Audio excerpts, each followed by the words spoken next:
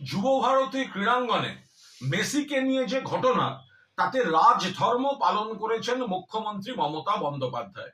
তদন্তের নির্দেশ দিয়েছেন একদিকে পুলিশের, অন্যদিকে অবসরপ্রাপ্ত বিচারপতি অসীম রায়, তাকে দিয়ে একটি কমিটি।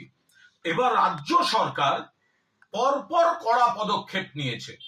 একদিকে ডিজি রাজীব কুমার, সিপি বিধাননগর মুকেশ কুমারকে শোকজ করা, একাধিক পদাধিকারীর বিরুদ্ধে ব্যবস্থা নেওয়া থেকে শুরু করে সিট গঠন, দক্ষ অফিসারদের নিয়ে সিট গঠন, মুখ্যমন্ত্রী রাজধর্ম পালন করেছেন। অন্যদিকে এই তদন্ত যাতে নিরপেক্ষ থাকে সেজন্য ক্রীড়ামন্ত্রী পদ থেকে ইস্তফা দিতে চেয়ে ক্রীড়ামন্ত্রী অরূপ বিশ্বাস ক্রীড়া মন্ত্রী হিসাবে তিনি ইস্তফা দিতে চেয়ে মুখ্যমন্ত্রী মমতা বন্দ্যোপাধ্যায়কে তিনি চিঠি দিয়ে দিয়েছেন।